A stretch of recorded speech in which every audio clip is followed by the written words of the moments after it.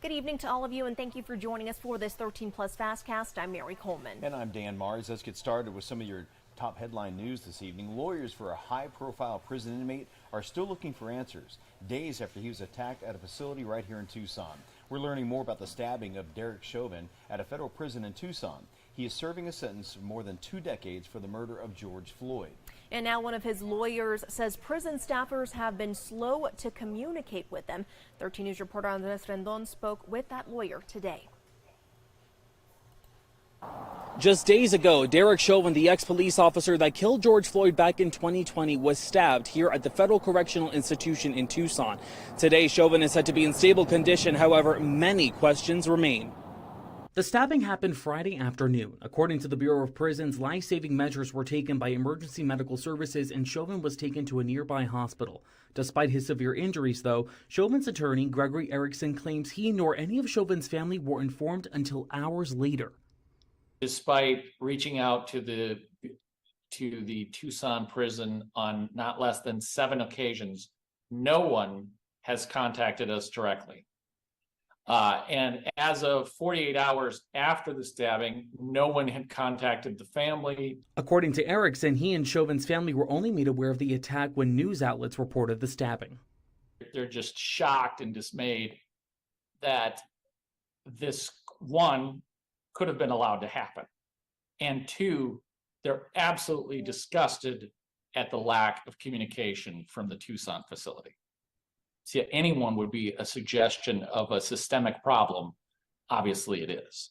This is not the first violent incident at this federal facility. Last November, an inmate at the low security camp pulled a gun in an attempt to shoot a visitor. Erickson says that history is new to him, and one of his next steps is to request to move Chauvin to a different facility once he recovers. It clearly does not appear that this facility is able to protect Mr. Chauvin. We tried multiple times to contact the Bureau of Prisons for more information about the stabbing, including the events and details leading up to the stabbing, Chauvin's current condition as well as the full extent of his injuries, and a specific timeline of events including when the stabbing first occurred to when Chauvin's family and legal team were notified. The Bureau of Prisons declined to comment on the specific matter but did release a statement saying, quote, "The Federal Bureau of Prisons monitors and controls the transfer, temporary release, and community activities of certain individuals who present special needs for management. This includes broad publicity and special supervision cases. All criminal matters that occur in an institution or on institution grounds or that involve the Federal Bureau of Prisons will be documented and tracked. Each criminal matter will be formally considered for referral to an appropriate law enforcement agency." We're still working to get more information from the Bureau of Prisons on their procedures and how they will handle this specific case. We'll keep you updated once more details are released. In Tucson, Andres Rendon, Arizona's Family. A privately run minimum security prison in Marana is shutting down. Arizona corrections officials say it is ending the contract with Management and Training Corporation for the facility near the regional airport in Marana. The prison can hold up to 500 inmates. But the governor's office says it has been averaging fewer than half that, while the state is under contract to pay for nearly 475 beds here. We're told the contract will save the state $5 million next year and $10 million the year after. The inmates will be sent to other Arizona prisons and corrections officials will try to relocate staffers. And we're learning more about a deadly shooting on Thanksgiving night in Midtown Tucson. Police say it happened after 2 confrontations. They say Rudy Ochoa showed up to the home of a woman from a previous relationship and made threats implying that he had a gun. Several people in the home left, and investigators say Ochoa chased after them. We are told he got into another confrontation with the man, and that's when he was shot. Ochoa later died in the hospital. The man who shot him has not been charged. Tucson police plan to turn the case over to the Pima County Attorney's Office. A surge of migrants has the Border Patrol adjusting its resources, and that means your wait time at a border crossing on the way to Rocky Point could get longer when you come back. CBP says it is reducing vehicle processing in Lukeville in order to free up personnel to take migrants into custody. It's just one of several operational shifts the Border Patrol is making. Those changes reach all the way into social media pages, which won't be updated as frequently. The border crossing will remain open to traffic, and Dan, just a few minutes ago we were talking about it. We learned that they are actually deploying BORTAC to Ajo for some security issues. They said that their tactical training has nothing to do with it. They solely just need bodies there. So that really speaks volumes about how short-staffed they are right now. So keep that in mind if you're heading down to Rocky Point. Yes. Well, happening now, millions of people are taking advantage of online deals for Cyber Monday as the holiday shopping season wraps up. And local merchants who are more used to walk-in customers are trying to adapt to that. 13 News reporter J.D. Wallace spoke with local business owners and has some of their stories. And I buy lots of fresh herbs. Holiday shopping has a unique flavor for Linnell Conance from Green Valley and her cousin Connie Ludwig visiting from New Mexico with shopping at Santa Cruz Chili and Spice Company in Tumacacori. I love to come here. Coming down here is sort of an experience. Owner Jeannie Neubauer says they have loyal customers who also value the experience of in-store shopping with 40% of sales from the shop, but they can order online.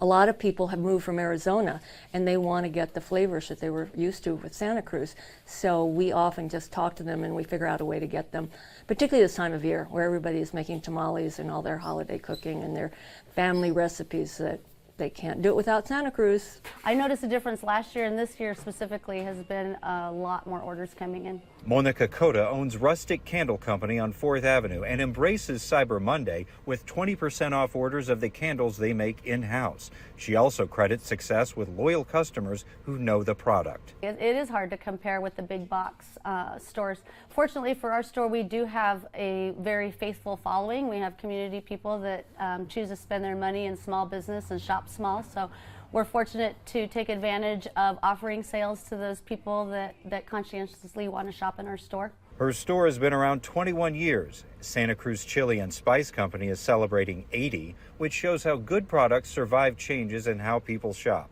It helps with return customers like Conance. People have gotten spoiled. They like to stay home and sit in their pajamas and shop. But I like the touchy-feely experience of in-store shopping. President Joe Biden will miss the opening of the Global Climate Summit in Dubai this week. Instead, Special Envoy John Kerry and White House Climate Advisor Ali Zaidi will be attending, among other U.S. leaders. The annual UN Climate Summit includes nearly 200 countries. Now, President Biden has attended the past 2 years. It is unclear whether he'll participate virtually this year. Climate change has been a key issue for the president going into the 2024 election, especially among young voters. When questioned, the White House denied that the Israel-Hamas conflict has anything to do with Biden's announced absence in Dubai. It also pointed to Biden's commitment to a climate agenda. Well, we're learning more about what some are calling a Thanksgiving miracle. A service dog in training, lost for nearly 2 months, is back home with family in Colorado. Now, 2 missing hikers found that dog last Thursday on Thanksgiving. Danielle Krufer spoke with that grateful owner. Pets are family. She is the happiest dog. But Nova here wasn't going to be just a pet. Her owner, Robin Simmons Seeley, got her as a puppy to train as a service dog. I've had 2 strokes, and with the ice and the snow, I fall a lot. Back in October, the day before Nova's first service dog test, something really spooked her in a parking lot outside of Conifer. And she managed to wiggle out of all her gear and took off. Robin put up these posters, hoping for the best. Up and down the street, every restaurant and every business, mailboxes. But as weeks and weeks passed by, it was harder to hold out hope. And I had finally given up. You know, with the mountain lions and the bears and everything that's out there. Then, a Thanksgiving miracle on Thursday. I was shocked when I got the call, to say the least. 2 hikers at Myers Ranch Park stumbled upon Nova, scared and hurt. She fell off a cliff. They fed her and she calmed down. One hiker stayed with the dog, the other hiked down, bringing rangers back up with them. As the crews slowly carried Nova down, one of the rangers remembered the poster from all those weeks ago. The reason she was found is too amazing. Nova was reunited with her family. She got the biggest grin, and she was just full of energy, like, Mom, it's you! I've been looking for you. 20 pounds lighter with a severely broken leg means Nova's journey to become a service dog is over. I won't have a service dog, and I'm okay with that. But I have her, and I wouldn't give her up for anything. The leg needs to be amputated next week. But whether she has 4 legs or 3, Nova's family is just thankful that all of them are back here. She's just over a year old. I didn't think she had survival skills. At home where they belong. What a great story. If only she could talk. I'm so curious how know. she broke that leg. I know. So glad she's home. Yes, we are indeed. Well, the blouse that Princess Diana wore in her engagement shot, her shoot that is, could be yours for a hefty price, of course. It's one of her most memorable pieces, originally seen in her royal engagement portrait back in 1981.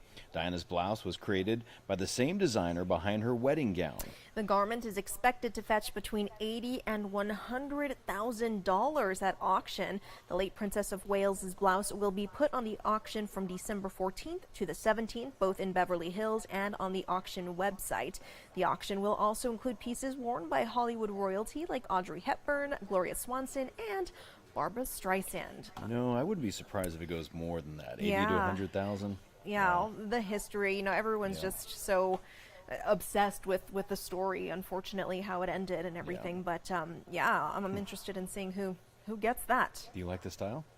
I gotta be honest, I do. Yeah? I like, Prince used to wear his ruffles and stuff. Oh, yeah. I still wear some ruffles now and then. I get down with some ruffles, but I think it's cool. I would obviously, even if I had that kind of money, wouldn't spend it on this, but Yeah. hey. Maybe I should incorporate ruffles in my wardrobe. Who knows?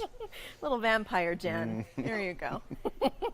We're going to leave you tonight from a shot from our Mount Bigelow camera overlooking the city of Tucson and the beautiful night lights. Yes, we hope you're having a great evening, and will join us for 13 News Live.